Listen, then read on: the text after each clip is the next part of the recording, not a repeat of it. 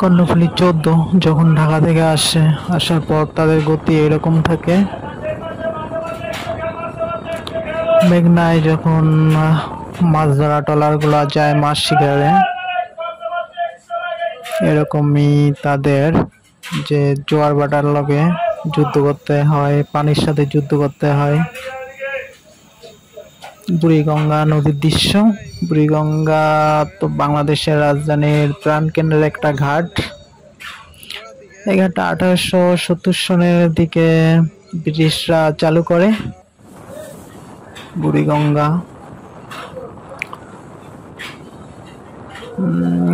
ঘাটের ইলিশা ঘাট, ইলিশা তথা ভোলাঘাটের অবস্থা যখন জোয়ার আর আসে, জোয়ারের আগ মুহূর্তে এরকম থাকে।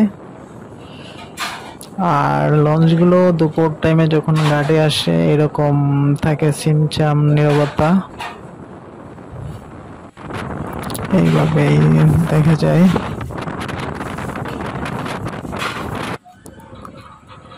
এই যে ছোট লঞ্চ, ছোট নৌকা ঢেউয়ের সাথে যুদ্ধ করে, তাদের জীবন জীবিকার সংগ্রামের জন্য তারা যুদ্ধ করে তাদের বেঁচে থাকতে হয়। কার্নিভাল ক্রুজ ঢাকা থেকে আসার পর তারা এখন ঘাট করবে। ঘাট করার আগ মুহূর্তে স্রেফ এরকম। এখন তারা ঘাট করবে। ওই যে একটা নৌকা যেভাবে বাড়ি খায় জোয়ারের সাথে,